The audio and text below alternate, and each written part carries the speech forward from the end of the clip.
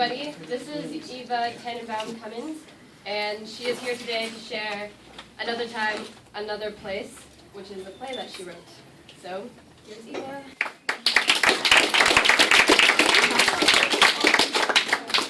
Night.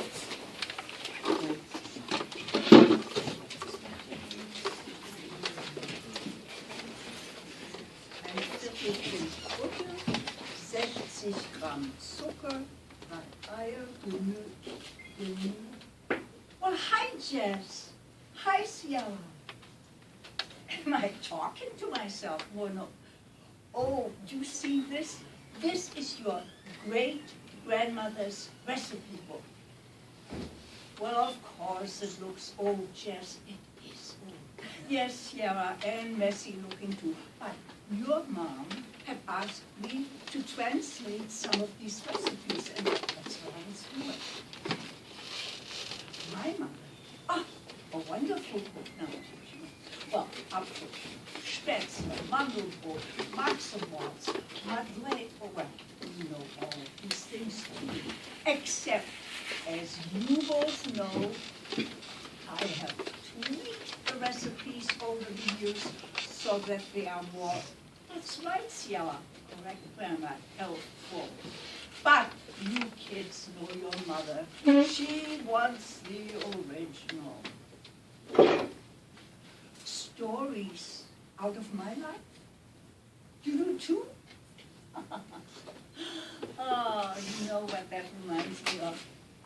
When your mom and your Uncle Robbie were little, they used to say, tell us something about the old days. Yeah. All right.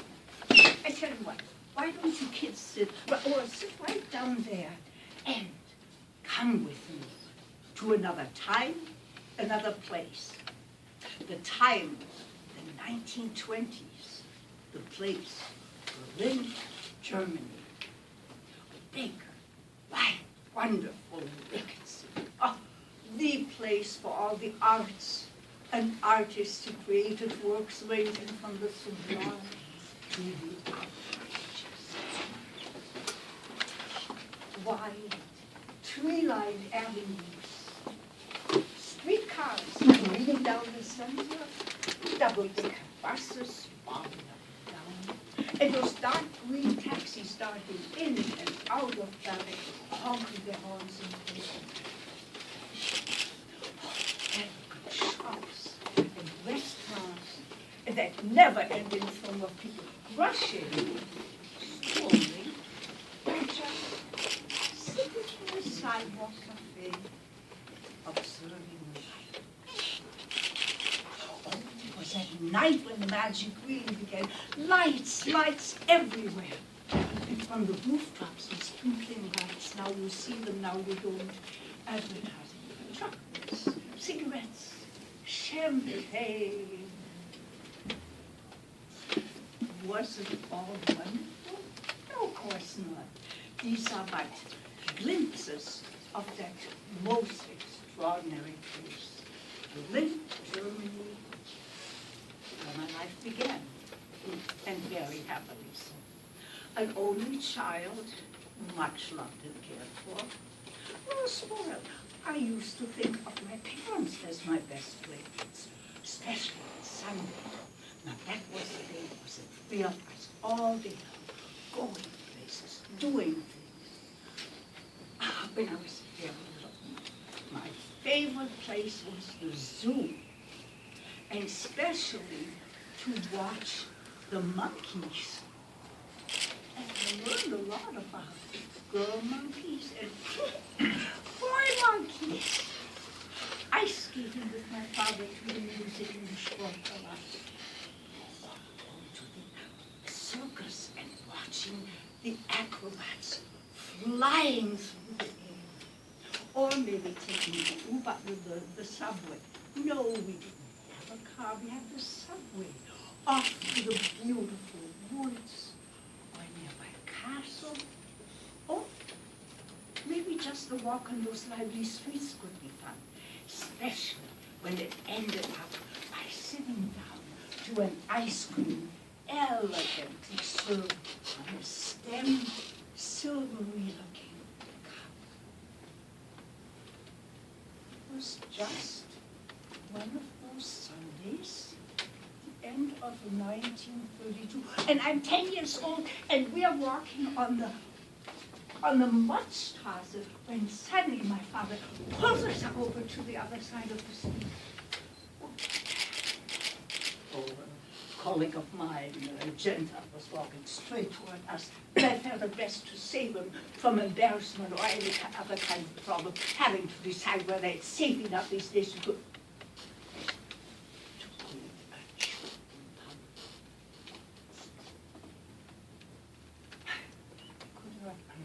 And the importance of that incident, and soon it was over.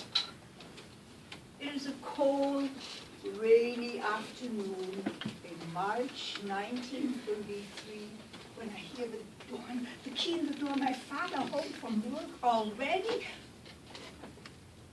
So I big hug, a quick kiss, and he disappears with my mother into the light. Now, why did they think there so long? Try to listen at the door, holding my breath. Nothing. I go to my room.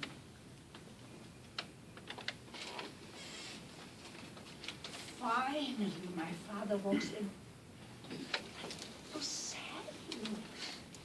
He takes my hands in his and says, I lost my job. Today was my last day. Oh no, my father who loves his work. My father was a highly respected music and drama critic on one of the Berlin newspapers. But why?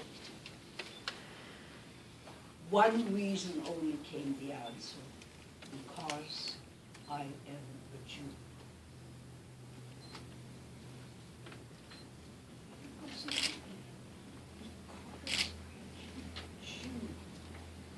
Because they're Jewish. I mean, our holidays and religion are different than some of my friends, and even in religion class in school, the Catholic kids went to their, which were the Protestants as theirs, and I went to mine.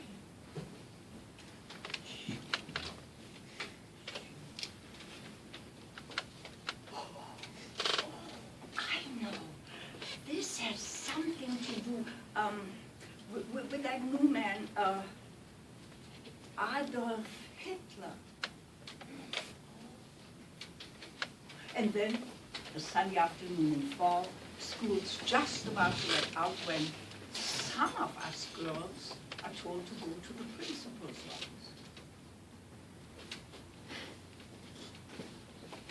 office. He looked stern and embarrassed. Well, as you know, all of you are excellent students. Well, so many of your race are. Oh, come straight to the point. Under the flourishing law, you are of now forbidden to attend this school because you are Jewish. Heil Hitler! I don't understand.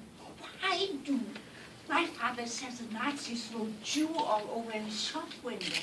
My parents said we're going to have to leave here, move to another country. My father by now was the editor of the Jewish newspaper.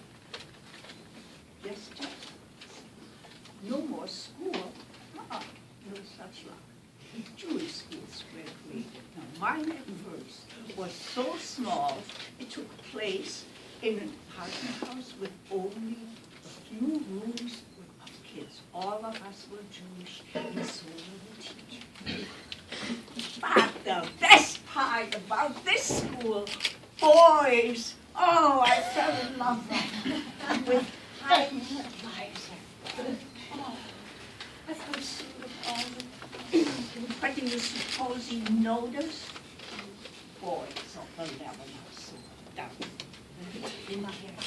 One day I was walking over Oliva Platz, you know, a nice square with a bushes and the flower beds and the dark green benches all up. When I saw a bright yellow bench from Juden, with Jews read in big bold letters. And before my eyes, another sight just recently encountered nearby on the roofs and on those glass encased billboards with those ugly, cruel caricatures of what a Jew's supposed to look like, spread all over the stone of that Nazi newspaper hole.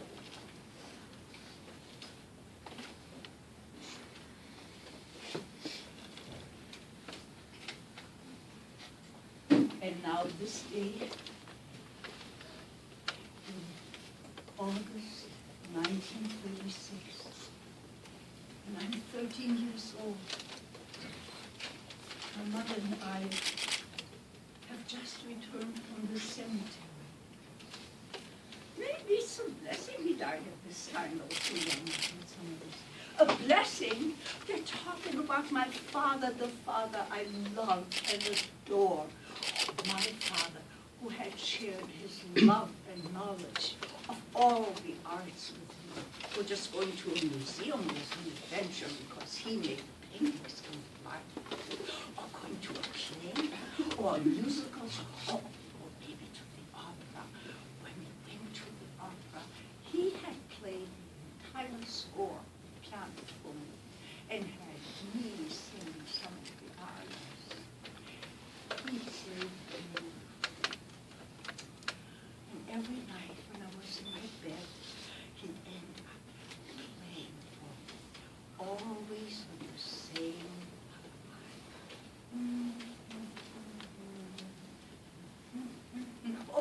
he played it a la Mozart, or a la Beethoven, or a la Rachmaninoff, or name it like the latest Schlager, popular song from a movie, or operetta. Oh, I love those songs. I know them all.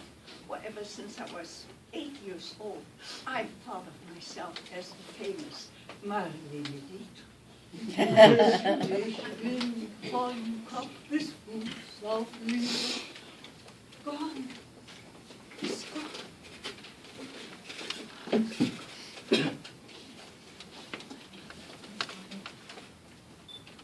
See my father bringing her a bouquet of lilacs in December and a small bouquet of violets.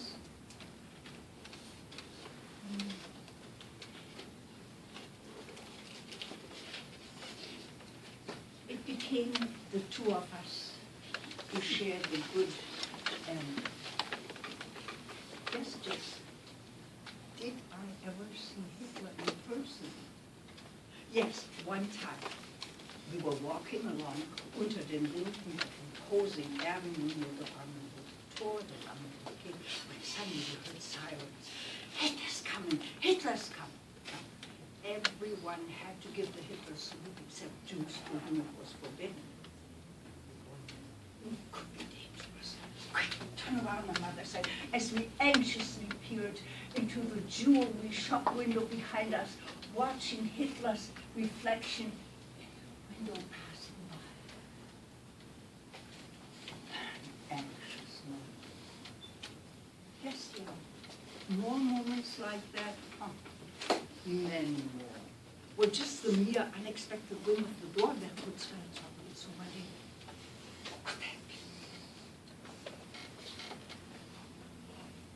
Zur Gestapo-Mann.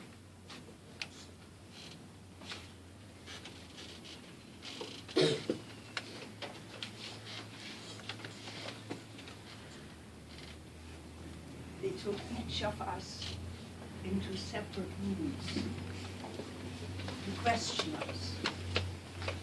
Something regarding a man by the name of Tannenbaum, however.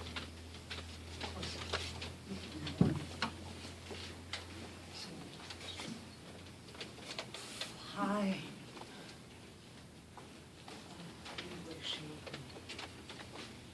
Evachen, it's getting worse all the time. I've decided to write my cousin Alan in America and see if he's willing to give us an affidavit. You know, that's the only way that you can go.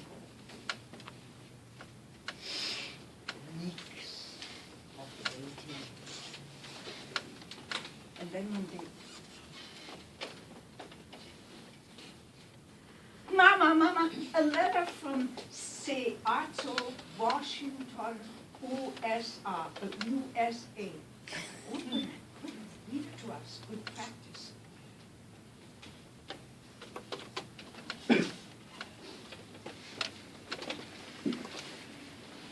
Dear cousin,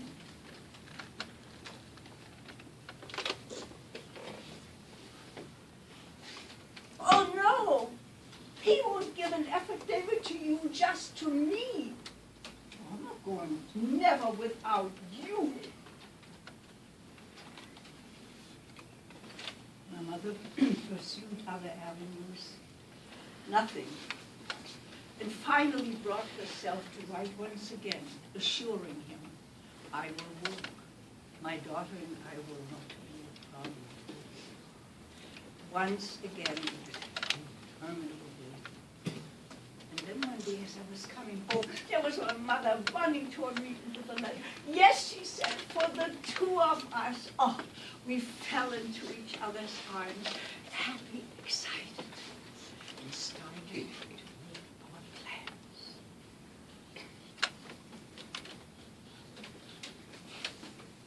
It is an early morning in November 1938, and I'm climbing the winding stairs of my favorite double-decker bus on my favorite street, the Kurfürstendamm, always elegant, beautiful, and full of life. Oh no!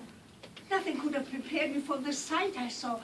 A sea of broken glass from gaping, jagged shop windows, broken chairs and tables from the restaurants strewn all over, clothes from the boutiques, piles of books burning. I was like the bus and don't remember anything until I got home. Oh, thank God you're safe, Eva, my mother. How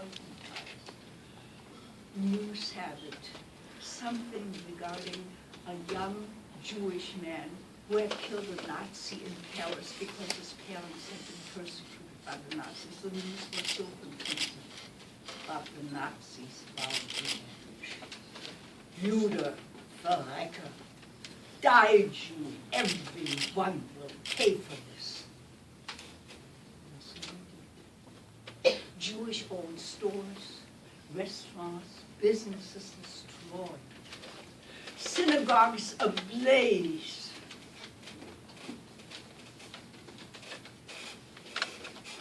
November 9th, 1938, Kristallnacht, the night of shattered glass.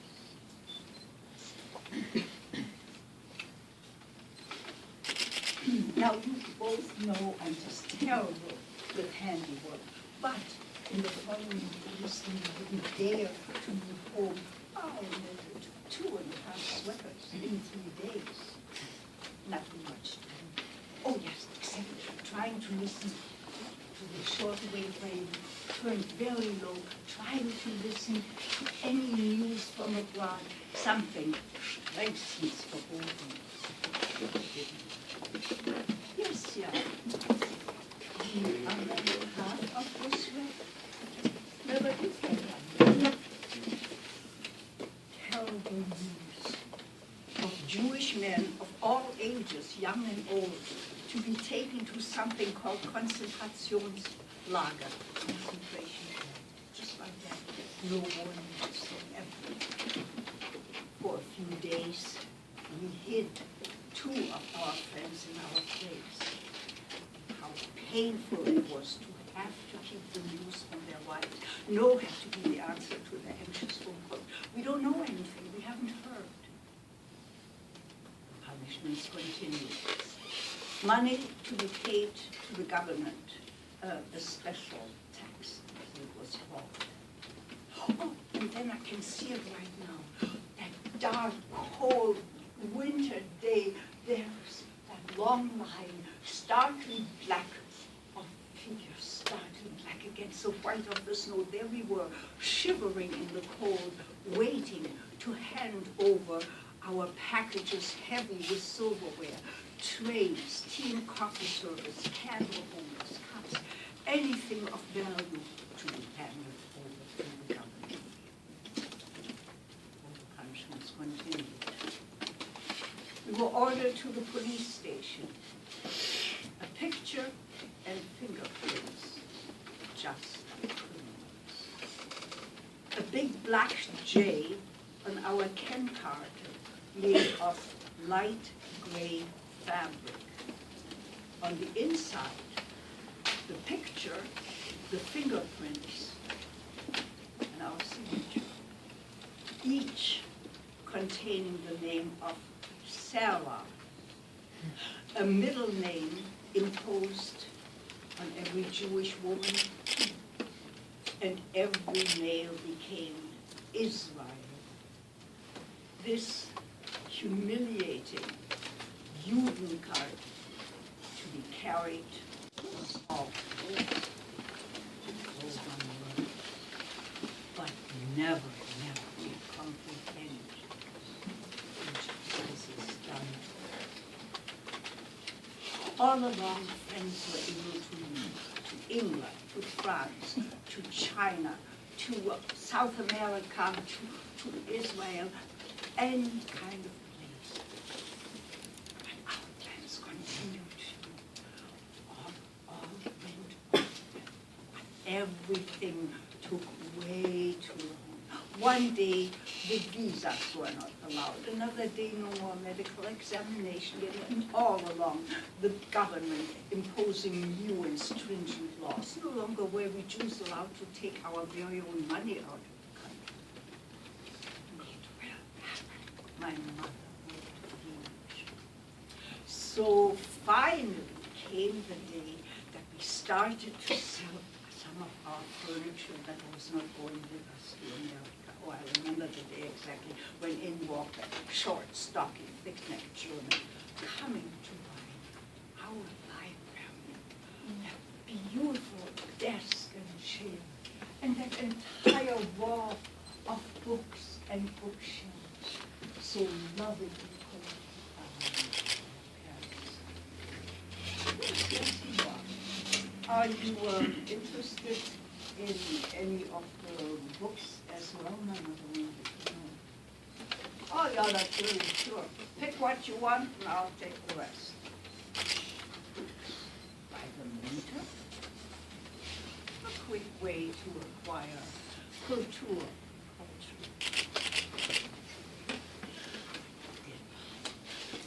And so, we shed a few tears as we selected a few of our favorite books to be taken with us to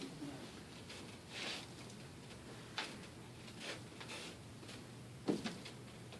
And today's the day, Frau Weiser, my mother tells the cleaning lady, that all these boxes that you see everywhere that are to go to America will be examined. So, Frau Weiser, when the examiners come, do not touch anything, do not move anything, don't even say anything. Oh, and then they came, starting jobs, march in uniforms, pin push. But then I held our breath. What if anything went wrong now? Finally, they went. Oh, we fell into each other's arms. Oh, so we need one more obstacle overcome. But in comes Frau Weiser, gleefully rubbing her hand. Frau Doctor, she said. Oh, in Germany, the wives are dressed for their husband's time. Frau Doctor, come and see what I did. And they went looking. I snuck in your silver brush set. She was so proud of herself. My mother and I looked at her aghast. Frau Weiser, Don't you remember what I said? You could have ruined our leaving. Oh, Weise. And to think that Weise is the German word for wise. Obviously, it's not. It's true. Oh, it's really true. Oh, we're really on this beautiful ship, the SS. We're safe. We're free. And in exactly 1 month from now, we'll arrive in Seattle, Washington, in America. So we did. And to think that was only 2 weeks before the war in Europe broke. Yes, Jess? Can any of this happen here? No. That's something. That's up to each and every one of us.